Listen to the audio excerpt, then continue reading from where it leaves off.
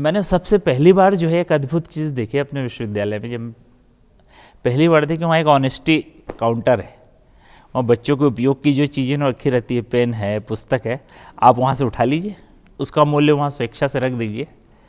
तो ये बात बड़ी छोटी सी है, पर इस गुरुदेव के उसी अपेक्षाओं को पूरी कर रही है कि हम यहाँ सच्चे मनुष्य बना रहे हैं। ऑनेस्टी जो है आपके जीवन का एक अंग बन जाए, वो ओढ़ी हुई ना हो,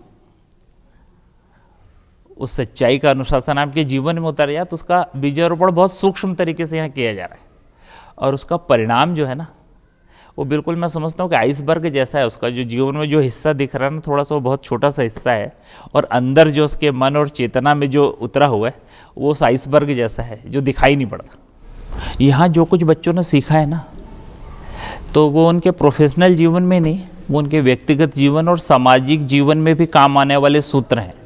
उन सूत्रों को ज़्यादा से ज़्यादा पहुँचाएं अपनी रुचि से।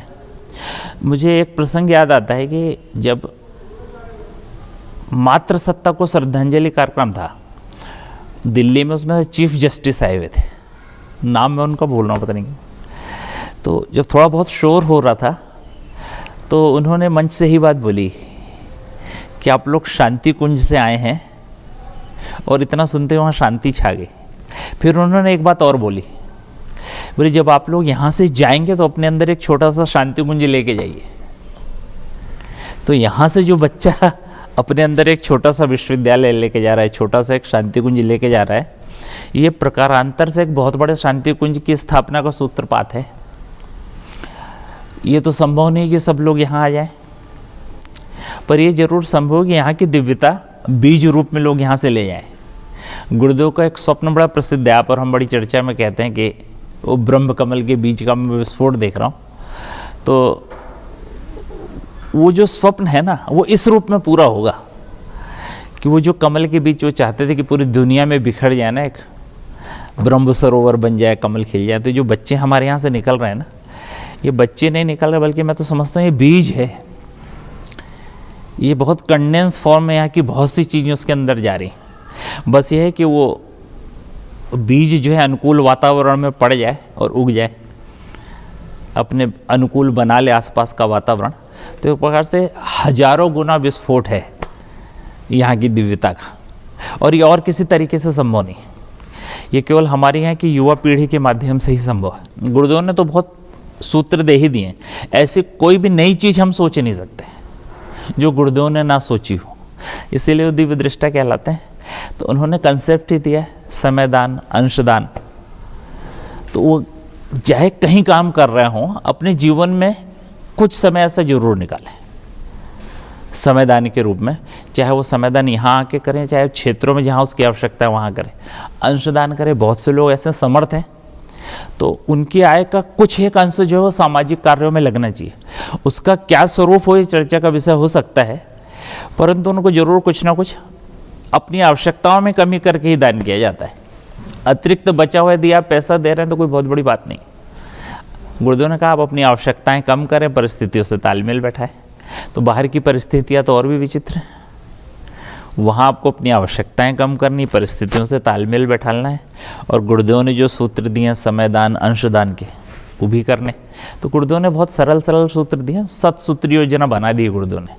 आपको जो रुचता है आप वो करो।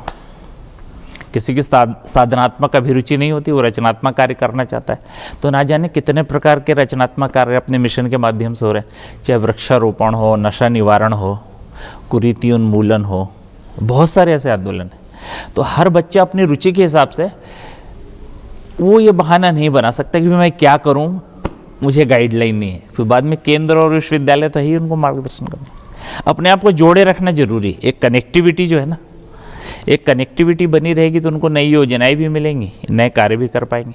देव संस्कृत विश्वविद्यालय अपने टकसाल की भूमिका को 100% निभा रहा है कि यहाँ टकसाल है, यहाँ आपको गढ़ा जा रहा है, और यहाँ से जो गढ़ के निकलेगा उसका मूल्य कभी नहीं होता। वो चांदी के सिक्के जैसा है। चांदी के सिक्कों में क्या है कि हो सकता है वो चलन में ना हो। हमारे यहाँ के बच्चों का जो आदर्श भरे हैं जीवन है, ये बाहर समाज में चलन में नहीं है, परंतु इससे इसका मूल्य नहीं कम होता। चांदी का सिक्का यदि चलन में नहीं है तो ऐसा नहीं कि उसका मूल्य कम होगा, उसका मूल्य तो बढ़ रहा है। तो बाहर के चलन से बिना प्रभावित हुए अपना आपको मूल्यवान बनाना, गुणों की दृष्टि से, नैतिकता की दृष्टि से, बस यही फार्मूला है कि आपको चलन पे ध्यान ना देकर के अपने चाल चलन पे देना। पूरी दुनिया चलन के पीछे भाग रही है, आप चाल चलन के पीछे हैं, एक नया ट्रेंड सेट करें।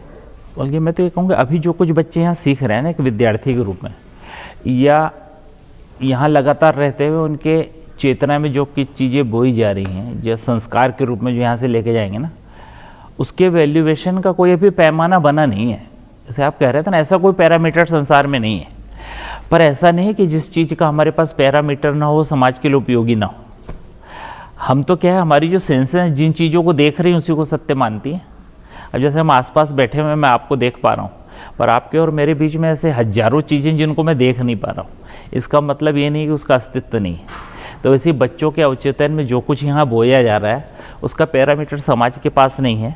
पर निश्चित रूप से वो समय आएगा कि जब उस नैतिकता को भी एक वैल्यू के रूप में, संस्कार को भी एक वैल्यू के रूप में दुनिया मान्यता देगी, और वो क्रम भी चालू हो चुका है। बहुत सारी कंपनियों में देखो एक नए नए टर्म्स पैदा हो जाती हैं, कारपोरेट सोशल रिस्पॉन्सिबिलिटी, CSR। तो ये तो अभी शब्द के रूप में आई है। कल के दिन जब ये ज़्यादा हम आगे बढ़ेंगे तो कहीं ना कहीं ये सारी चीज़ें भी मायने करेंगी, आएंगी। तो होगा, वो समय आएगा। हम लोग तो भविष्य के उस पर काम कर रहे हैं एक प्रकार से। शिक्षा का औपचारिक स्वरूप तो हमको इसलिए रखना पड़ रहा है, जो मुझे लगता है, जो मेरा चिंतन है, कि हमको भी वर्तमान दुनिया के साथ चलना है। परंतु हमारे जो लक्ष्य है ना, वो इससे बहुत कुछ अलग है। हमारा लक्ष्य केवल यही नहीं है बच्चों को कंप्यूटर सिखा देना, बच्चों को कोई ग्रामर सिखा देना, या किसी एक विषय में पारंगत कर देना। तो जीवन जीने की कला जो है ना, सही अर्थों में अभी तो एक क्लास के रूप में चल रही है, पर कल के दिन हो सकता है कोई एक ऐसा कोर्स डिजाइन जो समग्र रूप से केवल जीवन जीने की कला ही सिखाई। जैसे पहले 10+2 से अब शिक्षा पद्धति को बदलने जा रहे हैं ना, कि आप अपनी रुचि के 3 विषय ले सकते हो। तो ऐसा नहीं एक पर्टिकुलर किसी स्ट्रीम में है बच्चे ट्रेंड होंगे, जीवन से जुड़े हुए सभी पक्ष जो है, और बहुत बड़ा योगदान है उसमें यहाँ के वातावरण का। क्योंकि यहाँ पे जो अध्यापकों और छात्रों के बीच में जो कनेक्टिविटी है ना, इतनी स्मूथ कहीं नहीं है पूरी दुनिया में। टीचर हमारा कोई बाजार में मिल जाए प्राध्यापक, अब क्या है, अब क्लास में पढ़ाने वाला आपको बाजार में मिल जाए तो मिल जाए भाई, वो भी मॉल में घूम रहा है, आप भी मॉल में घूम रहे हो। पर यहाँ ऐसा नहीं है। यहाँ जो सीधा संबंध है ना अध्यापकों और छात्रों का, वो बड़ा अद्भुत है। वो कनेक्शन बहुत कुछ सिखाता है। पहले जो लोग गुरुकुल में जा कर के रहते थे बच्चे, तो उनको जो कुछ पढ़ाया जाता होगा व्याकरण आदि वो तो सीखते ही होंगे, पर गुरु के आचरण को, गुरु के जीवन को, आश्रम के वातावरण जो उनको सिखाता था वो लगभग 95% था उनके जीवन में काम आने वाला। बाकी 5% था जो आप टेक्स्ट बुक के माध्यम से सीखते हो। ऐसी है विश्वविद्यालय कल के दिन एक ऐसी शिक्षा पद्धति में निश्चित रूप से परिणित होगा कि टेक्स्ट बुक से जो हम ज्ञान अर्जित करना है तो केवल 5% होगा, बाकी 95% यहाँ का वातावरण आपको सिखाएगा और संपर्क सिखाएगा। आप अलग अलग प्रकार से श्रेष्ठ सोचने वाले लोगों के संपर्क में आएंगे तो वो आपको सिखाएगा। और वो जो ज्ञान है ना, वो किसी किताब के माध्यम से नहीं दिया जा सकता, वो ज्ञान केवल वातावरण के माध्यम से दिया जा सकता है। इसलिए हमारे यहाँ वातावरण निर्माण को प्राथमिकता दी गई। बाहर से भी जो लोग आते हैं ना विश्वविद्यालय, मैंने देखा वो विश्वविद्यालय की प्रशंसा में एक बात जरूर बोलते हैं। वो ये नहीं बोलते आपके यहाँ कंप्यूटर साइंस डिपार्टमेंट बहुत अच्छा है, आपके यहाँ गौशाला बहुत अच्छी है, आपके यहाँ योगा बहुत अच्छा है, ये भी बोलते हैं। पर 99% लोग आके बोलते हैं आपके यहाँ का वातावरण बहुत अच्छा है। तो उनका ये कहना कि यहाँ का वातावरण बहुत अच्छा है, तो हमको भी चिंतन करना चाहिए कि वो क्या चीज़ है जो हमारे बिना जाने लोगों के अंदर जो है प्रवेश कर रही, लोगों को अच्छी लग रही, और अभी कुछ लोगों को अच्छी लग रही जो यहाँ आ रहे हैं, कल के दिन पूरी दुनिया को अच्छी लगेगी। और वैसे भी पूरी दुनिया को चेंज करने के लिए आपको केवल वातावरण बदलना है। वातावरण चेंज हो जाता है, आपकी वेशभूषा चेंज हो जाती है। अभी हमको ठंड लग रही है क्योंकि वातावरण ठंडा है। प्रकृति कुछ सेकंड में 10 दिन बाद वातावरण चेंज कर देगी, आपकी वेशभूषा बदल जाएगी। तो वैसे ही वातावरण केवल वेशभूषा नहीं, आपके संस्कार भी बदल सकते हैं। इसका जीता जाता जागता उदाहरण है अपना विश्वविद्यालय। बहुत से लड़के जो हो सकता है कि बहुत जागरूक ना हो अपने जीवन को ऊंचा उठाने के, पर जब दूसरे लोगों को देखते हैं ना उस मार्ग पे चलते हुए, तो वो उनको प्रेरणा मिलती है। बहुत से बच्चे योगा में उनकी रुचि नहीं होगी जब आए होंगे, पर जब दूसरे बच्चों को देखते हैं, वातावरण देखते हैं, तो उनकी रुचि हो जाती है। शांति कुंज की गतिविधियां उस समय हो सकता है उनकी रुचि ना हो, मजबूरी में आ गए हों कि माँ बाप ने ढकेल दिया है आगे, पर यहाँ इतना मन लग गया कि माँ बाप के लिए कठिन हो गया इनको वापस कैसे लेके जाएं। अब आप Shanti Kunj video YouTube channel देखें कभी भी कहीं भी। डाउनलोड करें Shanti Kunj video mobile app Google Play Store से। देव संस्कृत विश्वविद्यालय के प्रिय विद्यार्थियों, परम पूज्य गुरुदेव के जीवन से मैंने सबसे पहले तो गायत्री महामंत्र सीखा, और उस महामंत्र के साथ जुड़े रहने का असर मुझे लगता है कि 75 के आसपास अखंड ज्योति के माध्यम से परम पूज्य गुरुदेव के क्रांतिकारी विचारों ने मुझे ज़बरदस्त झकझोरा, और तब मैं उसको अपने अंदर सीमित नहीं रख सका और अखंड ज्योति पत्रिका को गांव-गांव जन जन तक पहुँचाने का अभियान खड़ा कर लिया। और उसी दरमियान एक सामान्य शिक्षक का जीवन मेरा शुरू हुआ, और उस शिक्षक जीवन में मैंने अपने पहला वेतन ही युग निर्माण योजना साहित्य तपभूमि मथुरा से मंगा करके अध्ययन करना शुरू किया। उन क्रांतिकारी विचारों ने इतना झकझोरा कि आंधी तूफान की तरह, अर्थात 10 बजे से 4 बजे स्कूल ड्यूटी के बाद मेरी साइकिल किसी गांव में जाकर रुकती थी, और उस गांव के लोगों से जुड़ना, उनको परम पूज्य गुरुदेव के विचारों से जोड़ना, ये क्रम चलता रहा। और यही क्रम धीरे धीरे उस परम पूज्य गुरुदेव के इस संसार रूपी बगिया को सुंदर बनाने की जब उनका संकल्प दिखाई पड़ा मुझे, सारी भगवान की जो सृष्टि है उसको बहुत सुंदर बनाने का जो उनका अभियान है, जिसमें उन्होंने अपने आप को पूरा समर्पित कर दिया है, तो हम जैसे व्यक्ति को भी उसके साथ जुड़ जाना चाहिए और अपने आप को होम कर देना चाहिए। ये भाव मुझे अंदर में जगा, इसी का नाम है लोक मंगल के लिए समर्पण। और उस समर्पण का भाव को लेकर के 83-84 के अंदर शांति कुंज में जीवनदानी कार्यकर्ता बनने का मेरा सपना पूरा हुआ। परंतु इतने में ही बात पूरी नहीं हुई। इसके बाद मैंने परम पूज्य गुरुदेव के उन गतिविधियों को बड़ा गहराई से अध्ययन किया। रात्रि ड्यूटी में हम देखते थे कि गुरुदेव 12:30 बजे रात को जग गए तो अब से उनकी दिनचर्या इतनी तीव्र गति चलती, तो हमें भी लगा कि हमें अपने एक एक क्षण का उपयोग करना चाहिए। और संयोग से मुझे गायत्री विद्यापीठ मिला और उसमें सेवा करने का अवसर मिलता रहा, जिससे मैं सतत अपने एक एक क्षण का उपयोग करना शुरू किया। इससे जो कुछ मैंने क्षेत्र में और अपने शिक्षकीय जीवन में 8-9 साल की शासकीय जीवन में जो प्राप्त किया था, उससे कई गुना मेरे जीवन में उत्थान दिखाई पड़ने लगा। बहुत सारी चीज़ें मैंने सीखी। मैं तो मात्र 13वीं कक्षा तक के पढ़ा हुआ विद्यार्थी के रूप में शिक्षक बन गया था, लेकिन यहाँ आने के बाद स्काउट गाइड और स्पोर्ट्स, कुटीर उद्योग, हस्तकला, योग, लाठी योग, ऐसे बहुत सारी चीज़ें सीखते सीखते कर्मकांड, प्रवचन, ऐसी सब चीज़ों को सीख करके अपनी योग्यताओं को बढ़ाया। ये परम पूज्य गुरुदेव के एक एक क्षण का उपयोग करने की जो तालीम है, उसने मुझे अपने में बहुत ही इम्प्रूव किया है। उसके साथ ही साथ परम पूज्य गुरुदेव को मैंने देखा है सीखना और सिखाना। तो सीखना और सिखाना, यहाँ कुछ भी कोई नई बातें आती थी, कोई नई प्रतिभावान व्यक्ति आता था, तो उसको हम कार्यकर्ताओं के बीच में पहुँचाने का प्रयास गुरुदेव का रहता था हमेशा। इसके माध्यम से हम सतत सीखने की प्रवृत्ति अपने अंदर में अडॉप्ट किए, और आज भी मेरा मन करता है मेरे विद्यार्थियों से मैं कुछ सीखूं। परम पूज्य गुरुदेव का विचार क्रांति अभियान इतना ज़बरदस्त है कि हर इंसान इसके साथ में जुड़ करके अपने जीवन को उन्नति के शिखर पर पहुंचा सकता है। देव संस्कृत विश्वविद्यालय के प्रिय विद्यार्थियों, आप सबसे मेरा विशेष अनुरोध है कि परम पूज्य गुरुदेव के इन क्रांतिकारी विचारों को साहित्य के माध्यम से सतत अध्ययन करते रहें और अपने जीवन को ऊंचाइयों की ओर, ऊंचाई शिखर तक पहुंचाने में सतत लगे रहें, ऐसी मेरी अपेक्षा है। परम पूज्य गुरुदेव के जीवन से मैंने किसी काम को छोटा या बड़ा न समझ करके किसी कार्य को हम किस भाव से कर रहे हैं इसको महत्व देना सीखा है। इस भाव को लेकर के मैंने स्वयं सेवक पर बनने पर गर्व अनुभव किया, और आज भी मेरे मन में भाव उठता रहता है, कहीं भी ऐसा कोई काम दिखाई पड़ता हो तो तत्काल उसमें लग जाएं। कोई काम छोटा है या बड़ा है ये न सोच करके सतत लगे रहें। और इस भाव ने मुझे क्षेत्रों में, जब टोलियों में जाता रहा तो वहाँ भी मुझे इसका लाभ मिला। आत्मीय परिजनों के साथ मिलते जुलते, उनके साथ काम करते।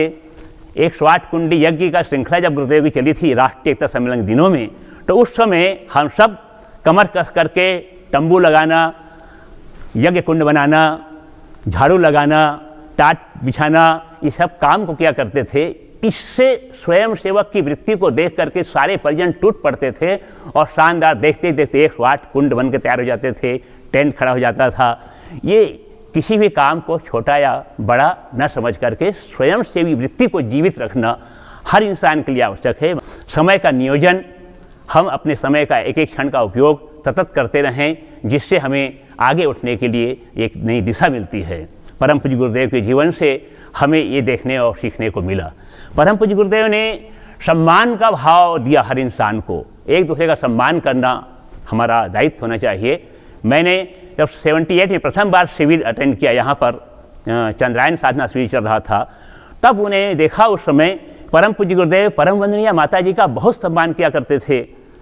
साथ साथ मंच में आते और जब मंच में पहुँचते तो परम पूज्य गुरुदेव दोनों हाथ जोड़कर सबका अभिवादन करते।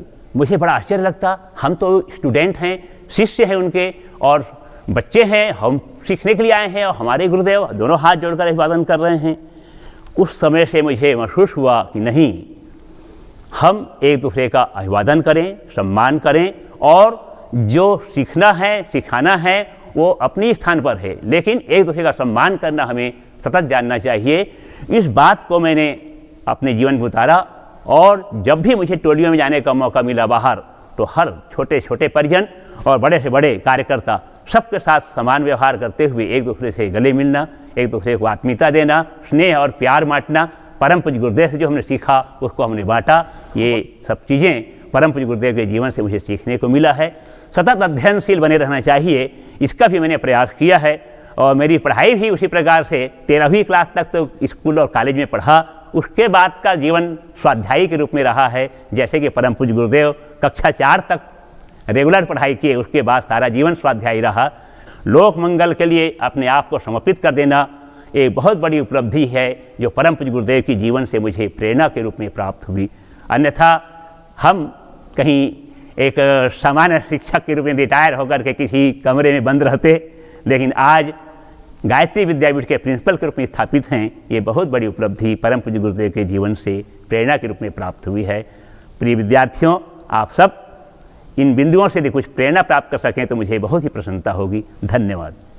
देव संस्कृत विश्वविद्यालय के प्रिय विद्यार्थियों एवं भारत के भावी कर्णधार युवा साथियों, युग दृष्टा वेद मूर्ति तपोनिष्ठ परम पूज्य गुरुदेव पंडित श्री राम शर्मा आचार्य जी का जीवन एक आदर्श के रूप में यदि आप अपने जीवन में स्थान दें, अर्थात एक रोल मॉडल के रूप में परम पूज्य गुरुदेव को देखें, तो निश्चित ही आपको परम पूज्य गुरुदेव की तरह विकसित होने में बहुत सहायता मिलेगी। देव संस्कृति के जो परिवेश है वो युग दृष्टा वेद मूर्ति के विचार क्रांति का ही एक छाया है और वो परिवेश ऐसे तैयार किया गया है कि उस परिवेश को मानिए आप एक मल्लशाला है जिसमें आप एक महापुरुष बन करके ढल के निकलेंगे। जैसे टकसाल में सिक्के ढल करके निकलते हैं, उसी प्रकार देव संस्कृति विश्वविद्यालय अपने आप में एक टकसाल है जहाँ पर महामानव ढाले जा रहे हैं और ये महामानव आगे चल करके युग ऋषि का वो स्वप्न है 6 अरब की धरती को स्वर्ग को बना देने की संकल्प गुरुदेव ने किया है। इस धरती के हर इंसान को देवत्व के से झकझोर देने का संकल्प जो क्रिया है वो इसी लक्ष्य, इसी बिंदु को ध्यान में रखते हुए देव संस्कृति विश्वविद्यालय की स्थापना हुई है। गायत्री विद्यापीठ की स्थापना गुरुकुल परंपरा की स्थापित करने के लिए गुरुदेव ने किया और उसके आगे उसी को ऊंचा उठाने के लिए देव संस्कृति विश्वविद्यालय की स्थापना हुई है। तो वह परिवेश एक ऐसा परिवेश बन गया है जिसमें आप चाहें तो अपने आप को परम पूज्य गुरुदेव के स्तर पर विकसित कर सकते हैं। इसके लिए सारी वातावरण तैयार है। एक प्रकार की एक मल्लशाला है जहां आप व्यायाम, मशक्कत, कसरत करके आप ऊंचा उठ सकते हैं। ये देव संस्कृति विश्वविद्यालय इस तरह तैयार है। साथ ही साथ देव संस्कृति विश्वविद्यालय में आप अपना पाठ्यक्रम तो पढ़ ही रहे हैं, योग, मनोविज्ञान, इंटर्न्स और अन्य एनिमेशन से लेकर के ग्राम प्रबंधन, बहुत सारे विषय पढ़ रहे हैं। पाठ्यक्रम अपने स्थान पर है, वो आपके बौद्धिक विकास के लिए सहयोगी है, लेकिन पाठ्यक्रम के साथ साथ जो प्रयोगात्मक कार्य कराए जा रहे हैं वो आपके अंदर में कलात्मक, आपके हाथ में हुनर पैदा करने के लिए है। इन दोनों से भी हट करके देव संस्कृति विश्वविद्यालय में पाठ्येतर गतिविधियां चलती रहती हैं, सतत चलती रहती हैं, जिसमें विभिन्न महापुरुषों के विचार वहाँ दिए जाते हैं, विभिन्न सेमिनार चलते हैं, वहाँ पर विभिन्न कैंप चलता रहता है, विभिन्न प्रकार की गतिविधियाँ, खेल कूद, स्पोर्ट्स, NCC, NSS से सारी गतिविधियाँ चल रही हैं। उसके अलावा यज्ञ, हवन, ध्यान, प्राणायाम, यहाँ तक कि कुलाधिपति महोदय जी स्वयं ध्यान की क्लास लेते हैं, गीता का क्लास लेते हैं। इन सब पाठ्येतर गतिविधियों के माध्यम से आपके अंदर में सोए हुए देवत्व को जगाया जा रहा है। यदि इस परिवेश का यदि पूरा लाभ लें और एक शानदार वातावरण बना हुआ है जिसमें आपको शुद्ध हवा, पवित्र भोजन और शानदार चिंतन, जहाँ जाओ वहाँ विश्वविद्यालय के परिसर में आपको एक नई चीज़ें देखने को मिलेंगी। गौशाला का वातावरण जाकर देखें, फार्मेसी को जाकर देखें तो वहाँ एक नई खुशबू दिखाई पड़ेगी आपको। महाकाल का मंदिर है, उस परिवेश में जाएं तो आपको ध्यान लगाने का मन करेगा। वहाँ के परिवेश में घूमते हुए देखेंगे तो स्पोर्ट्स में योद्धा की तरह कुश्ती लड़ते हुए बच्चों को रहेंगे आप, पहलवानी करते हुए, तो आपके अंदर में उत्साह का संचार होगा। इस प्रकार विभिन्न गतिविधियाँ देव संस्कृत विश्वविद्यालय का ऐसा शानदार परिवेश है जिसमें आप देवमानव के रूप में विकसित हो सकते हैं। देव संस्कृत विश्वविद्यालय के माध्यम से इंटर्नशिप चलता है। विश्वविद्यालय का इंटर्नशिप पूरे देश भर में देव संस्कृत विश्वविद्यालय के विद्यार्थियों को फैला देना है और उनको समाज सेवा का 3 महीने का लगातार ट्रेनिंग देना। इसमें आप सैद्धांतिक रूप से जो पढ़ते हैं, प्रैक्टिकल जो करते हैं, उसका और भी व्यवहारिक स्वरूप फेस टू फेस किसी छोटे से गांव में, कस्बे में, शहर में, मोहल्ले में, नगर में, हर जगह जाकर के आप अपना कार्यक्रम प्रस्तुत करते हैं, समाज सेवा का कार्य करते हैं। तो ये अवसर आपको महामानव बनने के लिए प्रेरित करता है। आपकी निजी आवश्यकताओं की पूर्ति के लिए, आपके कैरियर को ठीक करने के लिए ये बहुत बड़ी बात नहीं है कैरियर को ठीक करना। कैरियर तो ठीक होना ही है पढ़ाई के माध्यम से, डिग्री आपके हाथ में है, आपको जॉब मिलेगी। लेकिन उसके अलावा आप 8 घंटा सरकारी नौकरी करने के बाद शेष समय का क्या नियोजन कर सकते हैं, इसके लिए आपको एक दृष्टिकोण देव संस्कृत विश्वविद्यालय माध्यम से प्राप्त होता है। देव संस्कृत विश्वविद्यालय की जो कोर्स हैं, पाठ्यक्रम हैं, वो भी आज के मानव जीवन के लिए बहुत ही उपयोगी है। आज की मानवता को जिसकी नितांत आवश्यकता है, अर्थात मनोविज्ञान, योग, ये ऐसे 2 महत्वपूर्ण विषय हैं जो भारतीय संस्कृति के मूल में हैं। प्राचीन काल में जो प्राचीन गुरुकुल परंपरा चलती थी जिसमें महामानव गढ़े जाते थे ऋषि कुलों में, वो इस योग, इस मनोविज्ञान के मूल धाराओं के आधार पर होता था। संस्कृत जैसा विषय हमारी भारतीय संस्कृति को समझने के लिए ग्राम प्रबंधन, धर्म विज्ञान, ऐसे ऐसे विषय हैं जो इंसान को एक अच्छा इंसान बनाने के लिए और अच्छे इंसान को महामानव गढ़ने के लिए बहुत ही उपयोगी है। इस प्रकार देव संस्कृति के विश्वविद्यालय के विद्यार्थियों को इन सब चीज़ों से लाभ लेकर के अपनी जीवन लक्ष्य को प्राप्त करने का प्रयास करना चाहिए। देव संस्कृत विश्वविद्यालय के प्रिय विद्यार्थियों एवं भारत के भावी कर्णधार युवा साथियों, देव संस्कृत विश्वविद्यालय मिशन के उत्थान के लिए, मिशन के कार्यों को अंजाम देने के लिए ही वो खड़ा किया गया है। मूलतः इसका थीम यही है और इसलिए इसके जो मुखिया हैं अर्थात कुलाधिपति महोदय स्वयं सप्ताह में 1 क्लास लेकर के देव संस्कृत विश्वविद्यालय के विद्यार्थियों को युग निर्माण योजना, परम पूज्य गुरुदेव के विचार क्रांति अभियान को गीता के क्लास के माध्यम से अथवा ध्यान के माध्यम से इम्प्लीमेंट कर रहे हैं, नेतृत्व दे रहे हैं। उसी के साथ साथ कुलपति महोदय एवं प्रतिकुलपति महोदय देव संस्कृत विश्वविद्यालय के माध्यम से भी विद्यार्थियों को ऊंचा उठने के लिए सतत प्रेरित कर रहे हैं। परम पूज्य गुरुदेव की विचार क्रांति को वो स्वयं लेकर के गांव-गांव तक पहुंच रहे हैं। ये बहुत बड़ी बात है जो इस विश्वविद्यालय की उच्च स्थान पर स्थापित व्यक्तित्व मिशन को गतिमान करने के लिए प्रतिकुलपति होने के बावजूद भी उस समय में, जिस समय कोरोना काल में सारा देश में हाहाकार मचा हुआ था, शासन की ओर से थोड़ी सी अवसर दिया गया तो धुआंधार यात्राएं उनकी चल पड़ी और जन जन से जाकर के मिलना, लोगों को, परिजनों को गले से लगाना, ये बहुत बड़ी बात थी। उस समय साहस और हिम्मत देने की बात थी।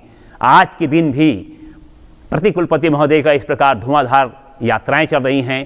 शक्तिपीठ, प्रज्ञापीठ, प्रज्ञा मंडल, छोटे छोटे गांव जहां पर थोड़े ही परिजन है वहां जाकर के मिलना, ये युग निर्माण मिशन का, परम पूज्य गुरुदेव का ये बेसिकल कार्य है, आधारभूत कार्य है। परम पूज्य गुरुदेव स्वयं पैदल चल करके, पेटी में अपना सामान रख करके, साहित्य रख करके और गांव में जाकर के 1 कुंडी और 5 कुंडी आगे कराते थे। आज उसी तरह की भूमि, जमीन से जुड़े लोगों की आवश्यकता है और इस आवश्यकता की पूर्ति के लिए एक आदर्श का रूप डॉक्टर चिन्मय पांड्या जी दे रहे हैं। और इससे देख करके मेरा विश्वास है कि देव संस्कृति विश्वविद्यालय के विद्यार्थी प्रेरित होंगे और मिशन का कार्य करेंगे। हम अखबारों के माध्यम से और मीडिया के माध्यम से प्रायः हम पढ़ते सुनते और देखते रहते हैं कि राष्ट्रीय आपदा के समय में देव संस्कृति विश्वविद्यालय के विद्यार्थी जो जहाँ हैं वहाँ भी बिना किसी प्रकार की कोई आदेश की प्रतीक्षा किए जहाँ जो काम दिखाई पड़ा अपने हाथों में लिया। जैसे कि कोरोना काल में बहुत सारी सेवाएं हमारे विद्यार्थियों ने की है जो देव संस्कृति विश्वविद्यालय से निकलकर क्षेत्रों में फैले हुए हैं। देव संस्कृति विश्वविद्यालय आपदा प्रबंधन के कार्य को भी अंजाम देने में कहीं पीछे नहीं रहता है। मैंने सुना है, पढ़ा है, देखा है कि आपदा जब आती है राष्ट्रीय आपदा तो देव संस्कृति विश्वविद्यालय के विद्यार्थी उसमें भी चल पड़ते हैं। रक्तदान शिविर जब चलते हैं तो देव संस्कृति विद्यालय के युवा साथियों का लाइन लग जाती है ये रक्तदान शिविर के नाम से। शांति कुंज में विभिन्न प्रकार की मिशन की गतिविधियां चलती हैं तो देव संस्कृति विश्वविद्यालय के विद्यार्थी अपने अवकाश का समय का उपयोग शांति कुंज के चलने वाली गतिविधियों में नियोजित करते दिखाई पड़ते हैं। देव संस्कृति विश्वविद्यालय में स्काउट गाइड आंदोलन भी चल रहा है, एनसीसी भी चल रहा है। ये समय समय पर समाज सेवा कार्य जब चलता है तो अपना योगदान देते हैं। देव संस्कृति विश्वविद्यालय के विद्यार्थी जब क्षेत्रों में फैल चुके हैं, सतत हर वर्ष मेरे ख्याल से कोई 500 से लेकर 1000 भर विद्यार्थी निकल कर यहाँ से जाते हैं।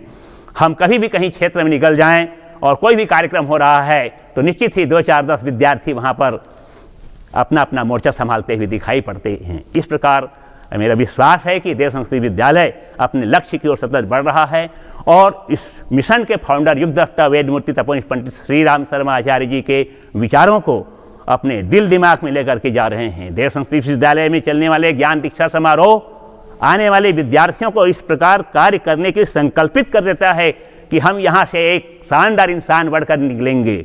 ये संकल्प पहले दिन ही शुरू हो जाता है विद्यार्थियों के अंदर, जो दुनिया की किसी विश्वविद्यालय में मुझे दिखाई नहीं पड़ता, जो देव संस्कृति विश्वविद्यालय में ज्ञान दीक्षा समारोह के माध्यम से होता है। और वह पहला बीज इतना ज़बरदस्त होता है कि जब यहाँ से विद्यार्थी निकलता है एक सर्टिफिकेट कागज़ लेकर के, तो केवल कागज़ का पुलिंदा लेकर नहीं निकलता है बल्कि एक शानदार इंसान बनकर निकलता है। इसको ये देखना है तो आप क्षेत्र में जाकर देख सकते हैं। एक छोटी सी घटना मुझे याद है कि मैं छत्तीसगढ़ के प्रवास में था और एक बस पकड़ करके किसी गंतव्य की ओर जा रहा था। वो स्थान में जाने के लिए दूसरा बस पकड़ना था।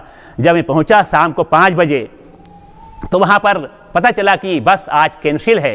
अब मुझे क्या करना चाहिए, तो मैंने सोचा कि यहाँ एक शक्तिपीठ है, वहाँ जाऊँगा और वहाँ रात्रि विश्राम कर लूँगा। लेकिन मेरे यूनिफॉर्म दूर से किसी ने देखा और दौड़ करके आकर के वो कहा, सिन्हा सर आप कहाँ जा रहे हैं? मैंने कहा यार शक्तिपीठ भी जाऊँगा, विश्राम करूँगा। नहीं, आप मेरे साथ चलिए, मेरा बाइक वहाँ है। और उन्होंने मुझे अपनी बाइक में बिठा करके अपना घर ले गया और अपने घर में उन्होंने मेरी खातिरदारी की। ये क्या है?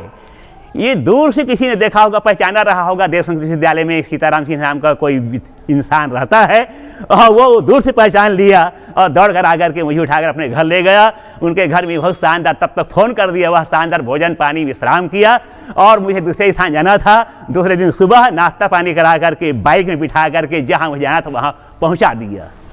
What is this? ये देव संस्कृति विश्वविद्यालय है जो कहता है कि युग निर्माण योजना मिशन यदि कहीं है तो उसको हम साकार करके दिखाएंगे। परम पूज्य गुरुदेव का स्वप्न धरती पर स्वर्ग का अवतरण और मनुष्य में देवत्व का उदय अवश्य होकर रहेगा, ऐसी मेरा विश्वास है। प्यारे विद्यार्थियों, यदि आपको अच्छा लगा हो तो अपने जीवन में स्थान दीजिएगा इन बातों को। प्रस्तुत है शांति कुंज वीडियो ऐप, उपलब्ध है गूगल प्ले स्टोर पर। अभी डाउनलोड करें। हमारे YouTube चैनल शांति कुंज वीडियो गायत्री परिवार को सब्सक्राइब करें एवं बेल आइकन जरूर दबाएं ताकि गायत्री परिवार की विभिन्न गतिविधियों की जानकारी आपको मिलती रहे।